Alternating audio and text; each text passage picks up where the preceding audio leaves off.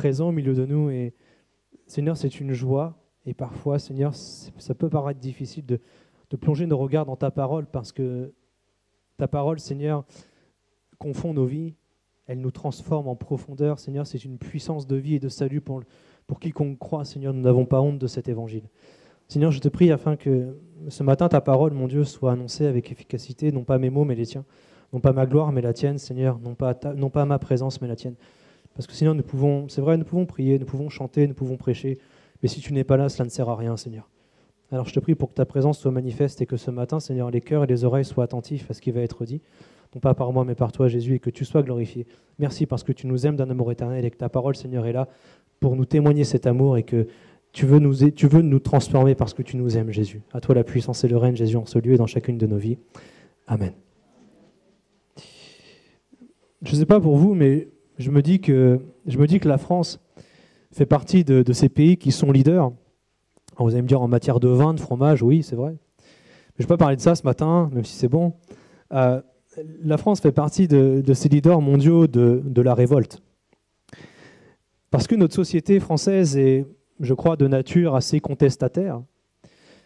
Elle multiplie les appels à la révolte et notre passé, en tant que nation, notre passé a été sali par le sang de la Révolution. Et ce sang de la Révolution, je crois qu'il a laissé encore des traces jusqu'à nos jours dans notre société. En France, on est les champions des grèves. On est les champions des pétitions, des manifestations. On est les champions de la grogne, on est les champions du mécontentement aussi, je crois. Et quel que soit le gouvernement en place, qui je rappelle est élu au suffrage universel à la majorité, tous les gouvernements sont confrontés au mécontentement de la nation, c'est un fait. D'où le titre de ce message qui est simple mais qui est lourd de sens. Révolte. Ce matin, frères et sœurs, on va parler de la révolte. Et je commencerai par vous donner ce verset d'Esdras, chapitre 4, verset 19. Regardez bien ce qui est écrit. « J'ai donné ordre de faire des recherches, et l'on a trouvé que dès les temps anciens, cette ville s'est soulevée contre les rois, et qu'on s'y est livré à la sédition et à la révolte. » Je dis amen quand même parce que c'est la parole de Dieu. En fait, ici, Esdras parle de Jérusalem. Esdras parle de Jérusalem en ces termes, mais je pense que nous pouvons tout à fait appliquer ce verset à la ville de Paris. Libre à vous d'être d'accord avec moi ou pas. Parce que si nous cherchons dans le passé de notre ville, on y trouvera qu'elle s'est soulevée contre les rois, n'est-ce pas? On y trouvera qu'elle s'est livrée à la sédition et à la révolte. Et ma crainte, en tant que serviteur de Dieu, c'est que j'ai peur que cet état d'esprit de révolte ne soit présent dans notre vie chrétienne. Et a fortiori, dans l'église locale. J'ai appris récemment, à mon grand désarroi, que parmi les gilets jaunes, il y avait des chrétiens évangéliques des assemblées de Dieu. Personnellement, ça me choque parce que nous ne sommes pas appelés à manifester contre le gouvernement. Nous sommes au contraire appelés à prier pour lui. À prier pour lui.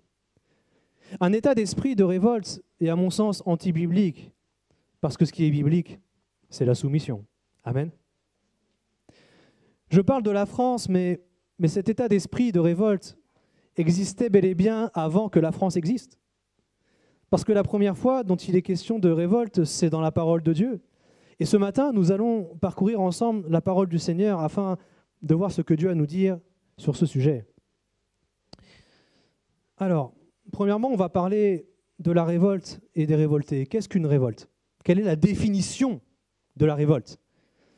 Je ne suis pas allé chercher très loin, je suis allé chercher dans la Bible. Voici la définition de la révolte. Nous avons été coupables et infidèles envers l'Éternel. Nous avons abandonné notre Dieu. Nous avons proféré la violence et la révolte, conçu et médité dans le cœur des paroles de mensonges.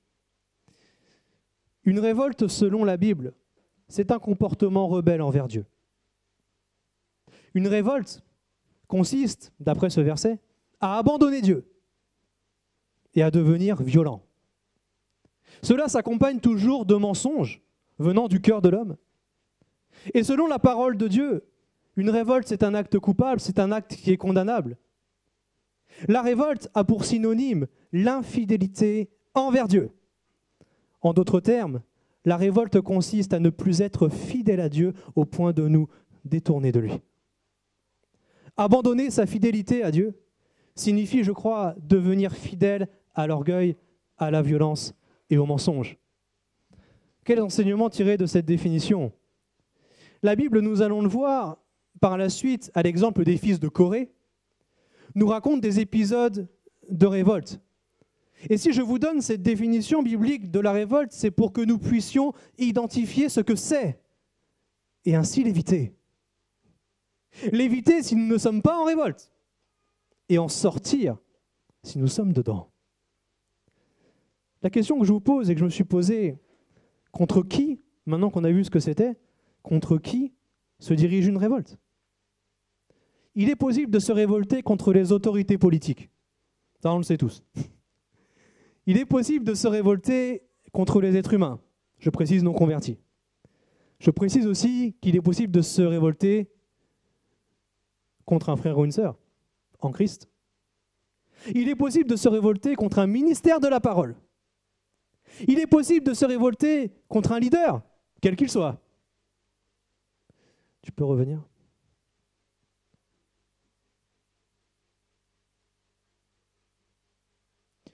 Il est possible de se révolter contre un leader quel qu'il soit, il est possible de se révolter contre une institution, comme l'Église. En résumé, quelle que soit la révolte, elle sera toujours dirigée contre Dieu. Pourquoi ? Parce que les autorités politiques sont instituées par Dieu. Parce qu'un être humain non converti est une créature de Dieu. Parce qu'un frère ou une sœur en Christ fait partie du corps de Christ. Parce qu'un ministère de la parole a été institué par Dieu. Parce qu'un leader dans l'Église a été institué par l'équipe pastorale, par l'équipe qui est là et qui elle-même a été instituée par Dieu. Et les institutions comme l'Église est le corps de Christ. Toute révolte est donc directement ou indirectement tournée contre Dieu. J'ai eu cette pensée, je me suis dit, parfois nos comportements sont tellement routiniers, ils durent depuis tellement de temps, ils durent depuis tellement d'années, peut-être parfois de tellement de décennies, qu'on ne se rend plus compte que ce comportement routinier est un péché. Et ce verset qu'on a lu d'Ésaïe 59, 13, est là, frères et sœurs, pour que nous posions la question, je m'inclus dans cette question, sans le savoir, ou de façon tout à fait consciente. Sommes-nous en révolte contre Dieu ? Es-tu en révolte contre Dieu ? Suis-je en révolte contre Dieu sans le savoir ou de façon consciente ? Sommes-nous des révoltés ? D'ailleurs, qu'est-ce qu'un révolté ? Jude versets 11, 12 et 16 dit ceci. Qu'est-ce qu'un révolté ? Malheur à eux car ils ont suivi la voie de Caïn. Ils se sont jetés pour un salaire dans l'égarement de Balaam. Ils se sont perdus par la révolte de Corée, on va revenir dessus. Ce sont des écueils dans vos agapes, faisant impunément bonne chère, se repaissant eux-mêmes. Ce sont des nuées sans eau, poussées par les vents, des arbres d'automne sans fruits, 2 fois morts, déracinés. Verset 16, ce sont des gens qui murmurent, qui se plaignent de leur sort, qui marchent selon leur convoitise, qui ont à la bouche des paroles hautaines, qui admirent les personnes par motif d'intérêt. Amen, parce que c'est la parole de Dieu. Alors qu'est-ce qu'un révolté ? C'est quelqu'un qui suit la voie de Caïn. C'est quelqu'un qui est égaré comme Balaam par appât du gain. C'est quelqu'un qui est comme les fils de Corée. C'est quelqu'un qui est une pierre d'achoppement pour les chrétiens. Une occasion de chute, quoi. Un révolté est sec, cassant, ne produisant pas de fruits. Un révolté est 2 fois mort. Un révolté est sans racine. Un révolté murmure et se plaint de son sort. Un révolté est quelqu'un d'autant. Un révolté est quelqu'un qui manipule les autres pour sa propre réussite. C'est ce que j'ai tiré de ce verset. On va commenter ces points rapidement. Un révolté est une personne qui suit la voie de Caïn, c'est-à-dire c'est une personne meurtrière par motif de jalousie. Tu n'as pas forcément besoin de tuer quelqu'un pour être un meurtrier. Parce que Matthieu 5, 21 déclare que celui qui insulte son frère est un meurtrier. C'est pour moi qui le dis, c'est Jésus. Matthieu 5, 21, 22. Un révolté, à l'image de Balaam, c'est une personne à qui on demande de maudire le peuple de Dieu. C'est une personne qui accepte de le faire parce qu'on lui promet des récompenses. Je dirais à cette personne, attends-toi à voir un mulet te parler pour te corriger. Parce que c'est ce qui est arrivé à Balaam. Dieu a fait parler son âne pour qu'il arrête d'être comme il est. Nous reviendrons sur le fils de Corée plus loin dans ce message. Un révolté, c'est une occasion de chute pour les chrétiens, car dans sa révolte, le révolté entraîne d'autres personnes à se révolter. C'est pour moi qui le dis, c'est Proverbe 28, verset 2. « Quand un pays est en révolte, ses chefs sont nombreux. » Un nombre élevé de leaders signifie une grande foule, et une foule grandissante parce que le monde attire le monde. Un révolté, pour revenir sur ce qui a été dit précédemment, un révolté est quelqu'un de sec, de cassant, ne produisant pas de fruits. C'est-à-dire que cette personne parlera sèchement à son prochain. Cette personne sera cinglante, hautaine et humiliante. On dit que cette personne ne produit pas de fruits parce qu'elle détruit celui des autres. Et cette personne sera comme un arbre sans racines, un arbre mort. Pourquoi 2 fois mort? Ça peut paraître redondant, mais c'est ce que la parole de Dieu déclare. Simplement parce qu'un révolté est premièrement mort spirituellement. C'est une personne qui spirituellement n'est pas régénérée, qui a désespérément besoin de Jésus-Christ dans sa vie. Pourquoi aussi 2 fois mort? Parce que nous le verrons à travers les fils de Corée, l'espérance de vie d'un révolté est courte. L'espérance de vie d'un révolté est courte. Enfin, un révolté parle avec murmure. Un révolté parle avec murmure. Il est dans la critique négative des leaders et des chefs. Celui qui parle en murmurant de façon dissimulée. Celui qui parle de façon cachée et dérobée. Cette façon de parler s'appelle l'occultisme. Il est possible, bien aimé, malheureusement, d'être dans l'occultisme sans pratiquer les abominations que sont la sorcellerie, la magie, le marabout, le vaudou, etc. Parce que l'occultisme commence lorsque les choses sont cachées, et ces choses cachées font du mal au peuple de Dieu, et ces choses cachées sont contre le Seigneur. Ça, c'est le début de l'occultisme. C'est pour ça que Luc 12.2 déclare, Luc 12.2, « Il n'y a rien de caché qui ne doive être découvert, ni de secret qui ne doivent être connus. » Amen. Dieu dévoile. Église, ne murmure jamais. Ne murmure jamais. Autre point, et le dernier, un révolté, c'est quelqu'un qui manipule pour arriver à ses fins personnelles. Cela fait partie également de la dissimulation, puisque ses actes sont cachés, ses intentions sont cachées. Et la manipulation, ça fait partie de l'occultisme parce que la manipulation porte un autre nom, c'est la magie blanche. La magie blanche est la manipulation. Un révolté pratique cela. Comprends-moi bien, peuple de Dieu, ce matin. Je t'aime. Je t'aime d'une force. Je t'aime, Église. Je t'aime, mon frère. Je t'aime, ma sœur. Et si je te donne ça ce matin, c'est parce que j'espère de tout mon cœur que tu ne te reconnais pas dans cette description. Parce qu'il en va de ta vie. J'espère de tout mon cœur que tu ne te reconnais pas là-dedans. Je crois aussi une chose, c'est que je ne prêche pas ce message en vain. Parce que l'idée et la pensée n'est pas venue de moi. Je crois qu'elle est venue du Saint-Esprit. Si donc toi qui es là ce matin, ou toi-même qui nous regardes sur Internet, si tu fais partie des révoltés et que tu te reconnais dans cette description, Dieu veut que tu changes. Et il te donne l'occasion ce matin de lui demander pardon, de te repentir et d'abandonner cette façon de vivre. Nous allons le voir comment après. Il y a donc un exemple, c'est la deuxième partie de mon message, qui fait écho à la révolte et qui est l'exemple, pas dire parfait, oui, parce que ce n'était pas parfait de se révolter, mais il y a un exemple criant voilà, dans la parole du Seigneur. C'est l'exemple des fils de Corée. Prenez avec moi Nombre chapitre 16, s'il vous plaît. On ne va pas lire tout le chapitre. Prenez avec moi Nombre chapitre 16. Ce chapitre de Nombre 16 est dédié, nous parle uniquement de la révolte de Corée, et on va analyser ensemble cela. Les fils de Corée. Nous allons voir ce qui s'est passé, nous allons voir le contexte, nous allons voir les faits, nous allons voir l'interprétation qu'on peut en tirer de cela, parce que tout ce qui a été écrit, il a été fait pour notre enseignement, n'est-ce pas? Nombre chapitre 16 nous explique donc cette révolte tristement célèbre du peuple d'Israël dans le désert. Alors on ne va pas lire tout le chapitre comme je l'ai dit, mais on va lire quelques versets qui résument le but, qui résument la situation, le but, afin d'en tirer des interprétations pour nous aujourd'hui en 2019. On va lire les 3 premiers versets pour nous familiariser avec les faits et peut-être vous rafraîchir la mémoire si vous avez déjà lu ce passage.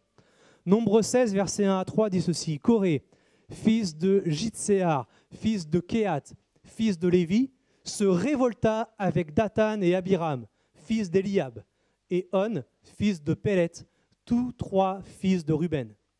Verset 2, Nombre 16, 2, ils se soulevèrent contre Moïse avec 250 hommes des enfants d'Israël, des principaux de l'assemblée, de ceux que l'on convoquait à l'assemblée et qui étaient des gens de renom. Verset 3, ils s'assemblèrent contre Moïse et Aaron et leur dirent « C'en est assez ! Car toute l'assemblée, tous sont saints, et l'Éternel est au milieu d'eux. Pourquoi vous élevez-vous au-dessus de l'assemblée de l'Éternel » Je mentionnais tout à l'heure ce qu'était une révolte et un révolté. Là, nous sommes vraiment en plein dedans. Ces personnes se sont rassemblées pour méditer le mal contre les leaders du peuple, en l'occurrence Moïse et Aaron. Et c'est ce que le pasteur André Boulagnon, la semaine dernière, a appelé l'esprit de mafia. Le fait de se rassembler en vue de méditer du mal contre quelqu'un d'autre ou contre plusieurs personnes, c'est un esprit de mafia, c'est ce qu'il a dit, je suis d'accord avec ça. Le leader de la révolte s'appelait Coré. Il n'était pas seul. Comme le Proverbe 28 l'a déclaré, il avait d'autres leaders avec lui. 3 autres personnes, 3 autres frères. Et au verset 3, il nous est dit que ces 4 personnes ont rassemblé contre Moïse et Aaron 250 hommes d'élite. Des hommes responsables parmi le peuple, des leaders du peuple d'Israël qui étaient par centaines de milliers.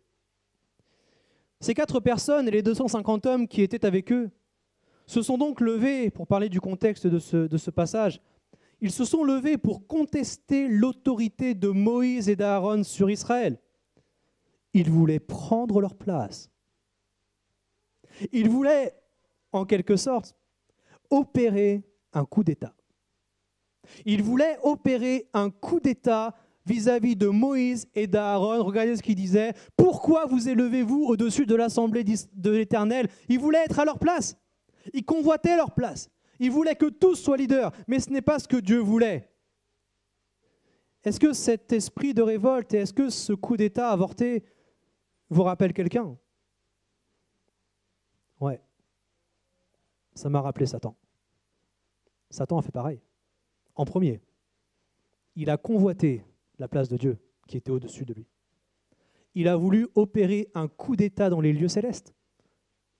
Et c'est suite à ça qu'il a été précipité, déchu, et qu'aujourd'hui on ne connaît même plus son nom. Satan, c'est un titre, ça veut dire l'adversaire, l'ennemi. Et d'ailleurs, Satan n'était pas tout seul dans sa révolte. La Bible nous dit qu'il a entraîné un tiers des anges avec lui. Il a entraîné des anges avec lui. Mais ils ont perdu. Parce que Dieu est toujours sur son trône. Amen. Je dis qu'en plus d'être le père du mensonge, je dis que le diable est le père de la révolte. Parce que c'est le premier qui s'est révolté dans toute l'histoire de la création.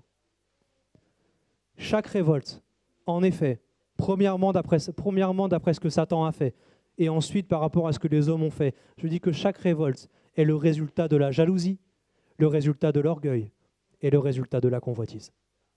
C'est pour cette raison que je dis que le diable, non seulement est le père du mensonge, mais il est aussi le père de la révolte. Quelles ont été les conséquences de cette révolte? On va aller un peu plus loin, toujours dans Nombre 16, mais cette fois-ci au verset 31. Versets 31 à 35, la parole de Dieu déclare ceci. Les conséquences de cette révolte. Vous pourrez relire les versets intermédiaires chez vous si vous le souhaitez. Nombre 16, 31, sur les conséquences. Comme il achevait de prononcer toutes ces paroles, c'est Moïse qui parlait, la terre qui était sous eux se fendit. La terre ouvrit sa bouche et les engloutit. Eux et leurs maisons, avec tous les gens de Corée et tous leurs biens. Ils descendirent vivants dans le séjour des morts. eux et tout ce qui leur appartenait. La terre les recouvrit et ils disparurent du milieu de l'assemblée. Tout Israël qui était autour d'eux s'enfuit à grands cris, car ils disaient « Fuyons !» de peur que la terre ne nous engloutisse. Verset 35. Un feu sortit d'auprès de l'Éternel et consuma les 250 hommes qui offraient le parfum. Amen. Dieu a rendu son jugement et Dieu a justifié Moïse et Aaron. Dieu a dit, Moïse et Aaron sont légitimes parce que je les ai choisis. Tous les révoltés sont morts dans des circonstances abominables. Ils sont descendus vivants dans le séjour des morts, où ils ont brûlé vifs par l'action de l'Éternel. Quand j'ai vu ça, je dis, Seigneur, où est le Dieu d'amour? Il est là. Tu sais pourquoi? Parce que Dieu aime tellement son peuple, Dieu t'aime tellement, Église, qu'il ne veut pas que les révoltés aient une part au milieu d'eux. J'y vois l'amour de Dieu là-dedans. Peut-être toi tu ne le vois pas, mais moi je le vois. Dieu aime tellement son peuple qu'il ne supporte pas que des personnes qui sont décrites telles que nous avons décrites. Dieu ne supporte pas que ces personnes-là restent dans l'assemblée d'Israël. En ça, Dieu est amour, parce qu'il protège son peuple des révoltés. Parce que Dieu est amour, il ne veut pas que la révolte détruise le peuple qu'il aime. Et parce que Dieu t'aime, Église, il ne veut pas que la révolte te détruise. Pourtant, malgré cela, le peuple d'Israël ne s'est pas calmé. Vous pourrez relire les versets suivants, mais suite à ce passage affreux, Israël a continué d'accuser Moïse et Aaron. Ils ont continué en disant « Vous avez mis à mort des enfants d'Israël ». La colère de Dieu s'est alors enflammée de nouveau.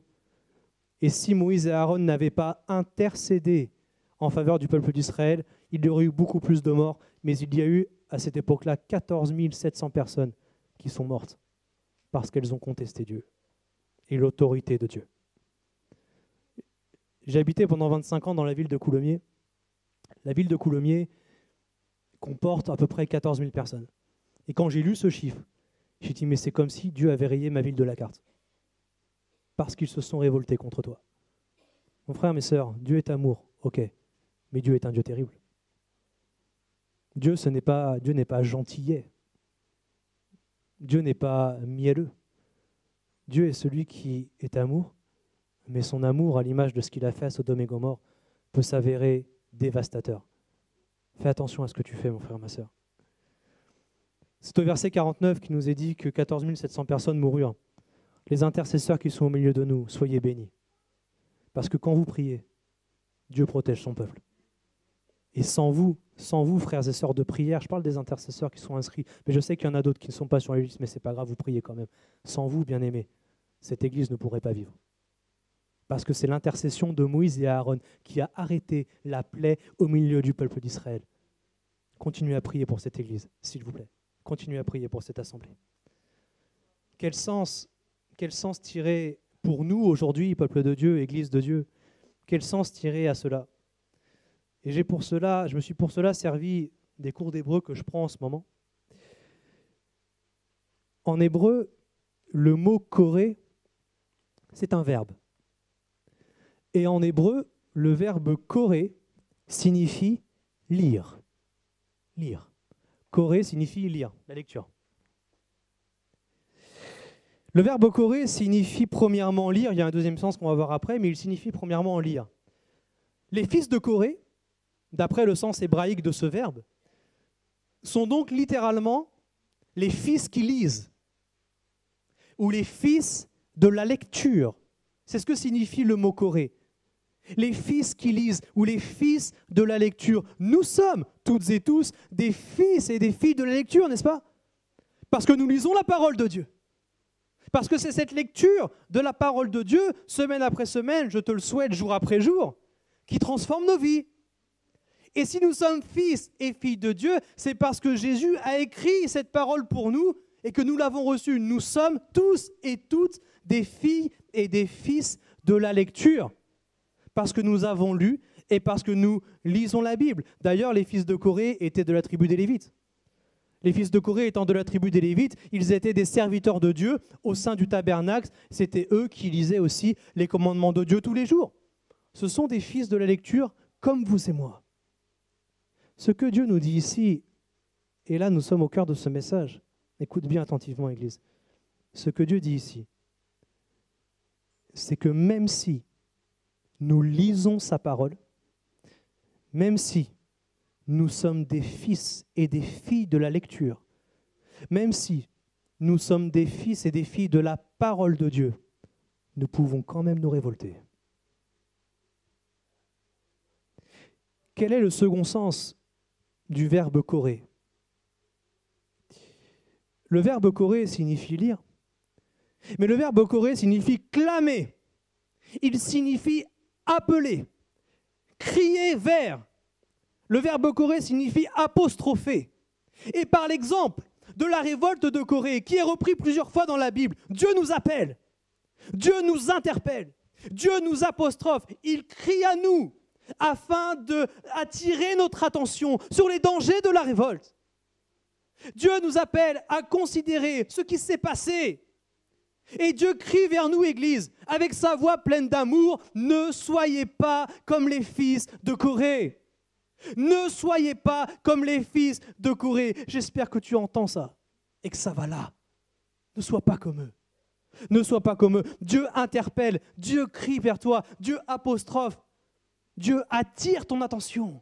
Parce que c'est ce que Corée signifie. Ça signifie appeler, attirer l'attention.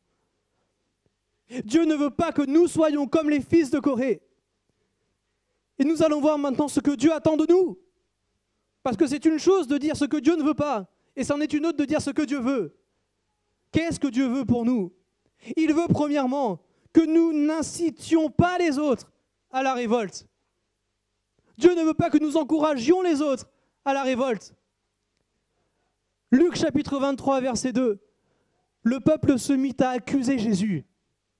Ils dirent de Jésus, « Nous avons trouvé cet homme excitant notre nation à la quoi? À la révolte. Empêchant de payer le tribut à César et se disant lui-même Christ, fils de roi. » C'est ce que le peuple disait de Jésus. Mais regardez ce qu'il est dit au verset 14. « Vous m'avez amené cet homme comme excitant le peuple à la révolte. Et voici, je l'ai interrogé devant vous et je n'ai trouvé coupable d'aucune des choses dont vous l'accusez. Amen. » Le peuple croyait que Jésus incitait à la révolte, mais Pilate, après l'avoir interrogé, a constaté que ce n'était pas le cas. Même si par la décision de Ponce Pilate, Jésus a été mis à mort, cette parole qu'il a dite est vraie. Parce que Jésus-Christ lui-même n'incite pas, Jésus-Christ lui-même n'encourage pas à la révolte. Ce que Dieu attend de ses enfants, c'est qu'ils ne se révoltent pas. Contre qui ou contre quoi que ce soit. Car je l'ai dit, la révolte est du diable, et je dis aussi que la soumission est de Dieu. Bien-aimés, si Jésus lui-même n'incite pas à la révolte, alors ne le faisons pas non plus. Pourquoi la parole de Dieu dirait ceci? Parce que si on est honnête avec nous-mêmes, et avec Dieu a fortiori, on s'est déjà révolté. Nous tous, nous toutes. À chaque fois que tu as péché contre Dieu, tu t'es révolté. À chaque fois que dans ton cœur, il y a des paroles médisantes, des paroles mauvaises, des murmures qui sont montés, c'était de la révolte. À chaque fois que tu as contesté l'autorité, même ce gouvernement qui n'est pas parfait, je sais, mais même quand tu as critiqué cela, tu étais dans la révolte. Nous avons tous besoin de le reconnaître. Et si nous le reconnaissons, nous demandons pardon à Dieu. Nous avons tous et tous été un jour révoltés. Mon frère, ma sœur, si tu arrives de nouveau de te révolter, que tu sois révolté en ce moment ou que tu te révoltes plus tard, ce n'est pas la question. Mais si tu arrives un jour de te révolter, n'entraîne pas les autres avec toi. C'est entre toi et Dieu. Parce que nous l'avons vu, chaque révolte est directement ou indirectement contre l'Éternel. Si donc tu es en révolte, tu dois régler les choses avec ton Dieu, personnellement, sans entraîner les autres avec toi, ça aurait des conséquences terribles. Alors la question que je nous pose, et que je me suis posée, parce que Jésus n'est coupable de rien, Chaque personne révoltée doit en assumer la responsabilité, ça faut le dire aussi. Mais si lire la parole de Dieu, si être des fils et des filles de la lecture, si lire la parole de Dieu ne nous empêche pas de nous révolter, qu'est-ce qui nous préservera de la révolte? Vous savez ce que c'est? C'est l'amour. C'est l'amour. Tu peux lire la Bible toute l'année. Tu peux la lire 3 fois par an, entièrement. Tu peux lire la Bible. Mais est-ce que tu l'aimes? Est-ce que tu l'aimes? Est-ce que tu aimes ce livre? Est-ce que tu aimes cette parole de Dieu pour toi? Est-ce que tu aimes Jésus-Christ? Parce que c'est lui la parole. L'amour, c'est la seule puissance qui est capable de nous garder de la révolte. Et je dirais qu'un fils de Corée, un fils ou une fille de la lecture, selon Dieu, c'est une personne qui lit la Bible, ok, mais c'est avant tout quelqu'un qui aime la parole de Dieu. Amen. Est-ce que tu aimes la parole de Dieu? Si tu aimes la parole de Dieu, tu ne pourras pas te révolter. Et c'est une très très bonne chose. Mon frère, ma sœur, demande à Dieu de l'amour pour lui. Demande à Dieu de l'amour pour la Bible. Demande à Dieu de l'amour pour la prière, pour la louange, pour l'Église, pour tes leaders, pour tes responsables, pour ton père, pour ta mère, tes frères, tes sœurs, je ne sais pas qui. Demande à Dieu de l'amour, parce que si tu es dans l'amour, tu ne pourras pas te révolter. Amen. Nous devons donc, d'après 1 Samuel 24, 11, renoncer à toute forme de révolte. 1 Samuel 24, 11, c'est David qui parle à Saül, son grand persécuteur. « Vois, mon père, vois donc le pan de ton manteau dans ma main. Puisque j'ai coupé le pan de ton manteau et que je ne t'ai pas tué, sache et reconnais qu'il n'y a dans ma conduite ni méchanceté, ni quoi? Ni révolte. Et que je n'ai point péché contre toi. Et toi, tu me dresses des embûches pour m'ôter la vie. » Ce verset est incroyable. Ce verset est surréaliste parce que Dieu nous apprend que nous ne devons pas nous révolter même contre nos ennemis qui voudraient nous tuer. Wouh! La barre est haute, bien-aimé. La barre est haute. Et David, dans cette grotte, à En-Gedi, avait l'occasion de tuer Saül. Il avait l'occasion. Pour la petite histoire, ça aurait été tellement humiliant. Ça, je ne l'ai pas écrit, mais c'est un tel qui me revient. David aurait eu l'occasion de tuer Saül pendant que lui faisait ses besoins dans un coin de la grotte. David a eu l'occasion de l'humilier comme jamais et de lui ôter la vie. À lui, son persécuteur, celui qui avait levé une armée pour le tuer. Mais vous avez vu ce qu'il est dit? David n'a pas levé la main sur Saül. Pourquoi? Parce que même si Dieu l'avait rejeté, Saül était une autorité instituée par Dieu. Il était le roi d'Israël en place. Il était le roi d'Israël en place. Et David dira qu'il n'a pas voulu porter sa main contre l'oint de l'Éternel. Parce que le prophète avait oint Saül comme roi, David n'a pas levé sa main contre lui. Il a dit qu'il n'y avait dans son cœur ni méchanceté, ni révolte. David avait toutes les bonnes raisons de la terre et du ciel de se révolter contre Saül et de le tuer. Parce que sa vie en dépendait. Mais parce qu'il n'a pas fait ça, c'est Dieu qui a vengé son serviteur. Alléluia. Mon frère, ma sœur, si tu renonces à la révolte, non seulement tu feras plaisir à Dieu, mais la conséquence de cela, c'est que tu laisseras Dieu te justifier. C'est Dieu seul qui doit te faire justice. Parce que si tu es un révolté, tu te feras justice toi-même. Ou tu voudras obtenir justice avec toute la violence nécessaire. Mais ça, ce n'est pas le Seigneur. Si tu dis Jésus, Père éternel, je renonce à cette révolte qui est dans mon cœur, c'est pour que je ne pêche pas contre toi tel que c'est écrit là. Mais c'est aussi pour te donner l'occasion, Père, de me faire justice. Parce que laisse-moi te dire, mon frère, ma sœur, que quand Dieu fait justice, c'est beaucoup mieux que quand c'est toi qui te fais justice. Parce que la justice de Dieu est parfaite. Et lorsque Dieu fait justice, tu es dans la joie. Nous devons donc renoncer à toute forme de révolte. Et ce passage de 1 Samuel 24, 11 nous montre aussi, toujours dans l'amour, que le respect nous gardera de la révolte. Le respect fait partie de l'amour, parce que quand tu aimes, tu respectes. Quand tu respectes, tu aimes. Si tu respectes les autres, qui que ce soit, même ceux qui veulent te tuer, alors tu ne deviendras pas un révolté. Un révolté n'a pas de respect pour celles et ceux qui l'entourent. Un révolté n'a pas de respect pour les autorités. alors que si nous les respectons, respecter, ça signifie pas cautionner, d'accord? Tu peux respecter quelqu'un et ne pas être d'accord avec ce qu'il fait, avec ce qu'il dit. Il n'y a pas de problème avec ça. Tu peux respecter les autorités de ton pays, même si tu n'es pas d'accord avec ce qui est fait. Tu peux les respecter parce que c'est Dieu qui les a institués, qui a permis qu'ils soient là. Une personne qui respecte les autres sera dans l'amour. Et une personne qui respecte les autres, qui que ce soit, ne sera pas un révolté. Une personne qui respecte Dieu aimera Dieu. Une personne qui respecte Dieu sera soumise à Dieu. Une personne, il faut le dire, qui ne respecte pas Dieu sera révoltée contre Dieu. David en cela n'a pas péché, frères et sœurs. Alors toi, fais de même. Fais de même. Respecte celles et ceux qui sont autour de toi, peu importe leur vie. Qu'ils soient archibishop international, qu'ils soient grand prophète des nations autoproclamé, qu'ils soient président de la République ou que ce soit la gardienne de ton immeuble, ou même le SDF que tu croises dans la rue. Respecte. Parce que chaque personne est une créature de Dieu.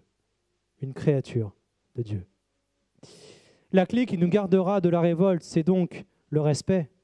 Et c'est aussi une deuxième clé, toujours dans l'amour, la soumission volontaire à Dieu, par amour pour lui. C'est une bonne chose d'être soumis à Dieu, n'est-ce pas? La soumission est une bonne chose. Et je dis cela à contre-courant de la société dans laquelle nous vivons aujourd'hui. Si tu dis que tu es soumis à Dieu, tu vas passer pour un faible. Mais celui qui est soumis à Dieu est fort, parce que Dieu règne sur sa vie. Tu comprends? La clé qui nous gardera de la révolte, c'est l'amour, le respect, mais c'est aussi la soumission par amour pour Jésus. Jésus lui-même ne s'est pas révolté, parce que lui-même était soumis au Père, parce que Jésus aime son Père. Soyez soumis à Dieu. C'est pour moi qui le dis, c'est Jacques, chapitre 4, verset 7. Jacques, chapitre 4, verset 7. C'est ce verset qui dit que si nous sommes soumis à Dieu et que nous résistons au diable, il fuira où? Loin de nous.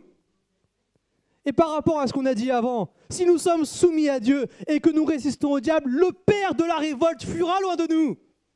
Amen. Le père de la révolte fuira loin de nous. Frères et sœurs, Jacques a dit,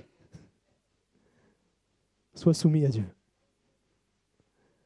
Si tu es soumis à Dieu, le père de la révolte fuira loin de toi. Merci Seigneur. Merci Seigneur. Alors en conclusion, je dirais ceci. 1 Pierre chapitre 2, versets 13 à 17 déclare ceci. Soyez soumis à cause du Seigneur, à toute autorité établie parmi les hommes, soit au roi comme souverain, soit au gouverneur comme envoyé par lui pour punir les malfaiteurs et pour approuver les gens de bien. Car c'est la volonté de Dieu qu'en pratiquant le bien, vous réduisiez au silence les hommes ignorants et insensés, étant libres, sans faire de la liberté un voile qui couvre la méchanceté, mais agissant comme des serviteurs, et j'ajouterai des servantes de Dieu. Verset 17, retenez ceci. Honorez tout le monde, respectez tout le monde, aimez les frères, craignez Dieu, honorez le roi. Amen. Inclinons nos fronts quelques instants, s'il vous plaît.